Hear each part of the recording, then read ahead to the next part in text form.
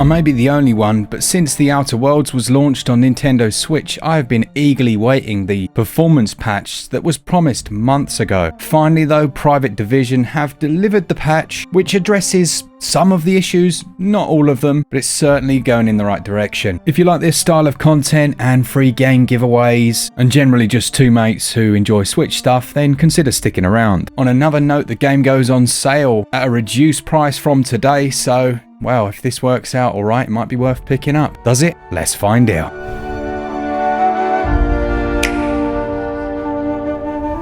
Oh, and a big thanks to everyone for the congratulations on baby number 3. If I don't sound tired, then that's probably because my wife has to work far harder than me. I'm not exactly feeling fresh as a daisy though. First and foremost, with The Outer Worlds, the most important issue that needed to be resolved was with the clarity of the image. And Private Division have done a number of things to improve this. Straight off the bat, you can see that they've done some work on the textures. Interestingly, they've actually switched over to normal maps, which if you remember from back in the days, we referred to as .3 bump mapping, which essentially made flat surfaces look like they were 3D ones. And the lighting in the world still reacts to it, but when you get close, you can see that they're actually completely flat. But it saves on performance as well, which obviously was an issue before. In a similar vein, they've implemented a half-resolution SSAO. If you're not sure what SSAO is, it relates to the ambient occlusion of the world. It's to do with the lighting, and when you take out ambient occlusion, everything looks quite flat. So they've not completely removed it, but they've removed it enough that it saves again on performance while still retaining some of the depth and contrast that affords. Keeping on the visuals then, they've also massively increased the amount of foliage. So there are entire plants and objects that just weren't there before that really do go a long way to making the world feel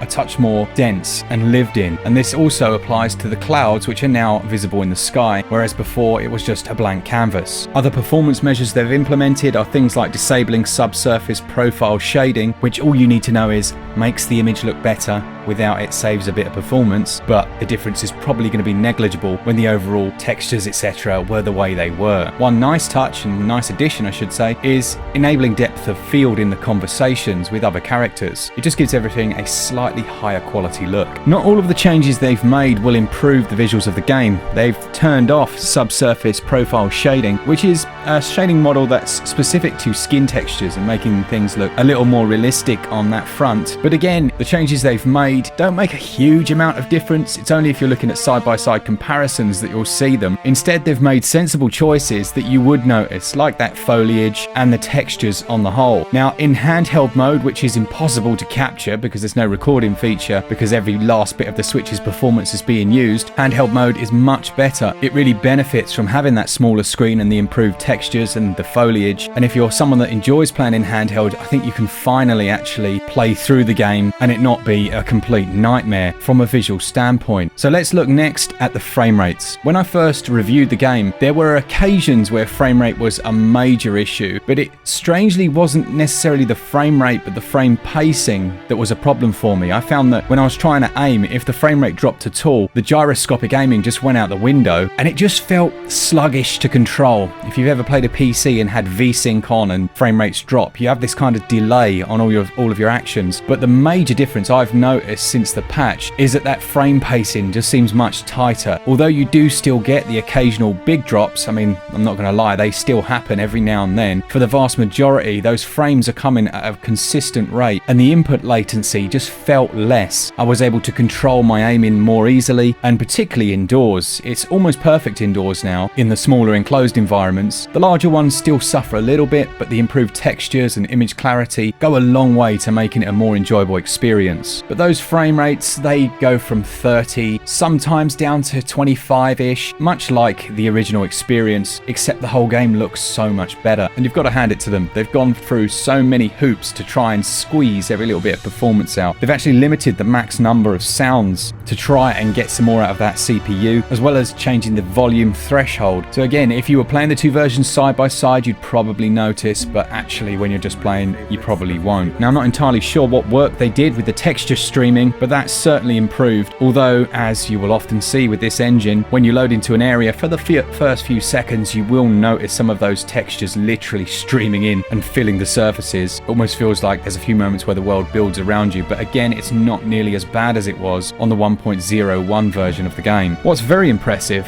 is that they've actually redesigned some of the buildings in the game and added details to them, and that's where some of the cost-cutting efforts come into play to make a better experience for the gamer. Light maps, they've completely been rebuilt, and as mentioned, that texture streaming also improves the visibility in some indoor areas, and you know, that Vaseline look that everything had before, that's definitely improved. Just ensure your expectations are in check. It still looks like the Nintendo Switch version of The Outer Worlds when you blow it up over a 32 or 40-inch TV, but it's a much more enjoyable experience when it looks the way it looks now. And to reiterate, anyone who plays in handheld, now's a time when I think you can enjoy the game. Load times overall are still quite long. Those haven't really changed a great deal, but the key things, the visuals, a more consistent frame rate, despite there still being some drops, better frame pacing, and more foliage, trick the eye into thinking that it's a vast improvement, and I guess probably is really, isn't it? There are a couple of things that still exist which were negatives. If you remember, when you ran across one side of the map to the other, you might get the occasional loading spinner. Those still exist. It's nowhere near as bad as it was before, and I haven't had an instance of characters loading in, which if you remember was also a problem. Draw distance remains largely the same. I've heard a few people online saying it's much improved, but in terms of that LOD, level of detail draw distance, you'll notice things appearing in front of you as you move around the world. It's kind of par for the course with these Switch ports now, but overall I'm quite happy with the work they've done. I personally would have hoped to see a 30 FPS locked out frame rate. I think that would have been the icing on the cake, and if they can work towards that, then I'll be more than happy.